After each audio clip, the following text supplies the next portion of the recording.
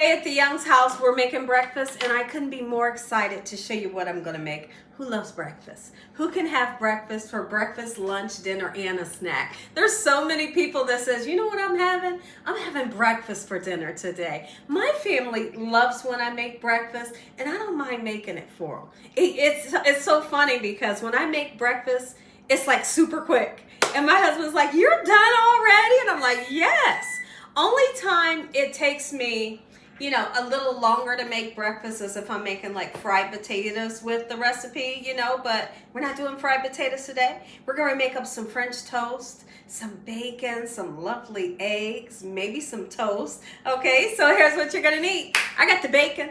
I got the butter, we got our bread for our French toast. I got about 9 eggs here. We have some cinnamon we're going to be using for the French toast. If you want to put a little bit of sugar in your French toast, you can do that as well. Okay, I got some vanilla extract, the clear. We have salt and pepper for our eggs, of course, and I got the milk.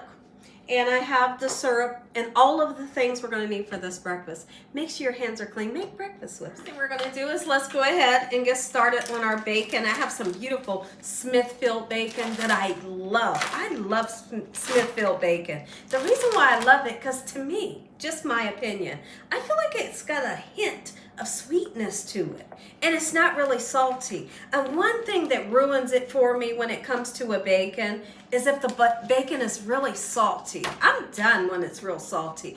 I love Smithfield bacon. I'm so happy when I can find it. So I'm cooking it in the oven on 350 degrees, and I'm gonna put a little tiny bit of black pepper on here just to kind of amp up the flavor. Oh yeah.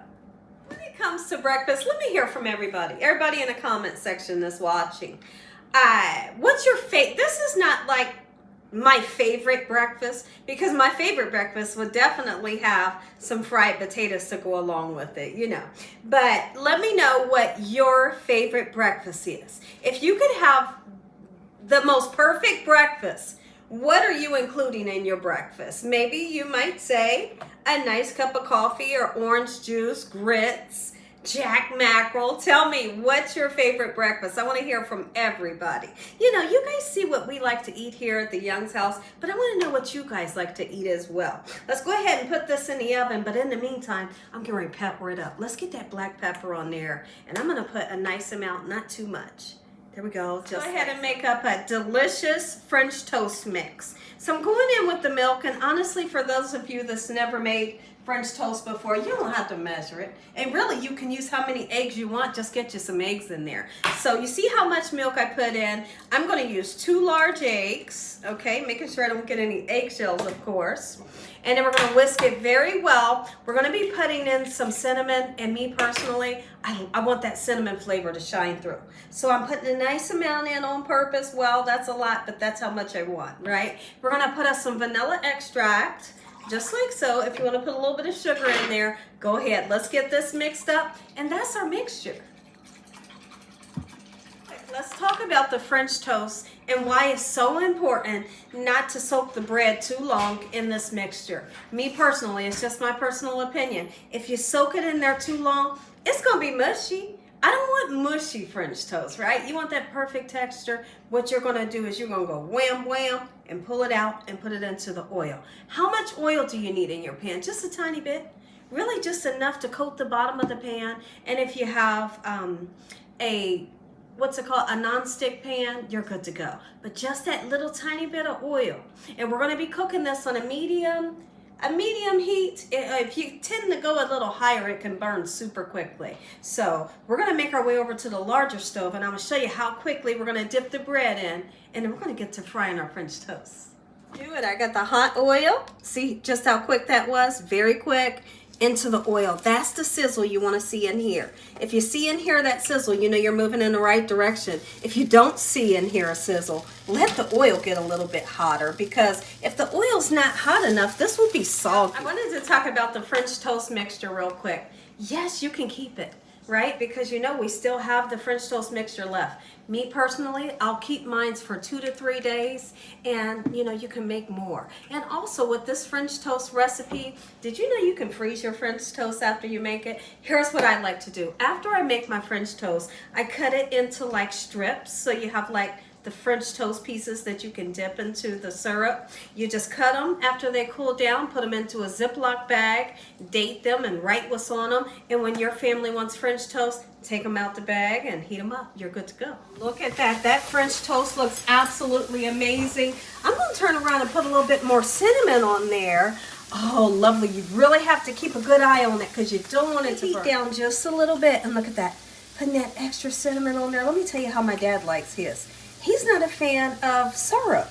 So you're going to like slice up some fresh strawberries for him and then put powdered sugar on top of his French toast. And that's how he loves it. I will never forget that that's how he likes his French toast. Over our French toast for the second time and it's done. And honestly, it's just that easy. Y'all, between when it comes to like French toast, pancakes, and waffles, which one is your favorite? Mine's is always going to be French toast, and I am not kidding. Y'all, when I can throw down on some French toast, oh my goodness, you bet I can. Taking a peek in here at our bacon, and it's doing just lovely. Now, typically, you don't have to turn it over. Today, I'm turning it over, okay? Just to make sure it's nice and evenly cooked. It smells amazing. I cannot wait to drag this bacon through that syrup. Are you kidding me? Oh, French toast is done. Our bacon is almost done. The smell of bacon and coffee is in the air. That's like two of the most beautiful smells you can ever smell in the morning. Is that lovely coffee brewing and bacon frying up in your kitchen, right? All right, so listen, I'm gonna whip some nice air into these eggs. That way they can be nice and fluffy. And I have my soft spatula. You all know I like to do that pulling technique with my soft spatula to get the eggs nice, airy, and fluffy. All right, I'm not using a fork to scramble them when they get in the pan. Otherwise, we'll have little tiny pieces. I'm looking for these to look like a gorgeous, yellow, beautiful, fluffy cloud. And there we have our bacon. It's so crispy, just like I like it.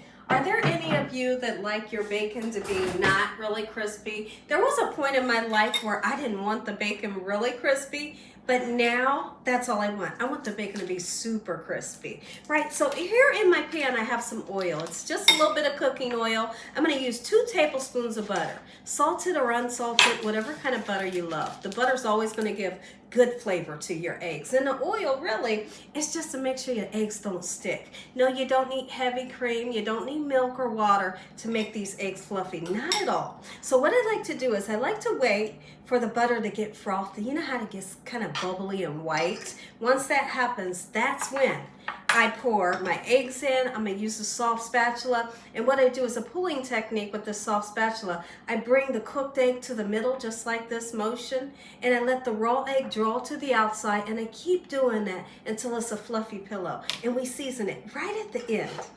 Let's go ahead and get our eggs right into the pan. I don't have it up on high. It's just a little tiny bit above low.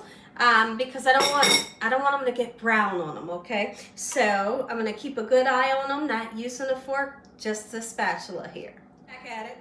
I have the hot tea water with 3 cloves in here. I'm drinking on it and it's got my stomach smooth as a washboard. I think that's what you want to call it. But I am loving this tea water. And sometimes I just drink the tea water plain with nothing in it. Or either I'm drinking the soursop tea, you know. Go ahead and move our eggs around just a little bit, just like so. And I'm going to make these eggs cheesy. You bet I am. I'm using a yellow American cheese. Sometimes I use the white American cheese. It's really just the kind of cheese that I like in eggs. When I have scrambled eggs, like 90% of the time, I want them to be super cheesy. So I think I have 3 pieces here. We'll put that cheese in at the very last minute. Now actually would be the perfect time. Our eggs are like 90% of the way cooked. We're gonna put some salt in. If you can't use the salt, it's okay, leave it out, okay? Just that little bit will do, because always keep in mind that cheese does have some salt in it, right? I'm using 3 nice pieces. I'm gonna turn the heat way down, okay? And breakfast is served. How easy was this? I got a nice cup of hot coffee on the way, waiting on me, and I'm so excited. I hope you all are having a great morning, a good day, and also a beautiful week. Pan here. This is how cheesy scrambled eggs should look. Look how fluffy they are. Are you kidding me? I know. If you enjoyed this video, give me a thumbs up. If you haven't subscribed, what you waiting on?